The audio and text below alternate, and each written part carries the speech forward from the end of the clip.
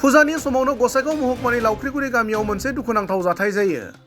दिनै फुंनि 10 रिंगासो समाव लावख्रिगुरि गामिनि फिलिमन बरगयारिनि ओंखाम संग्रा न'आ हरखाब अर खामनानै सेवहांगार जायो।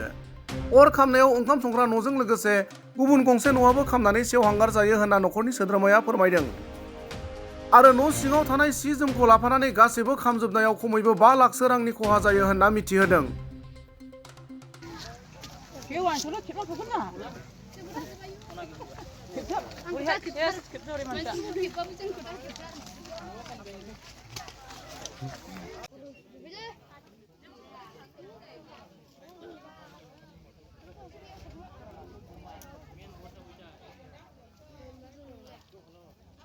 মোৰ নামটো ফিলিমন।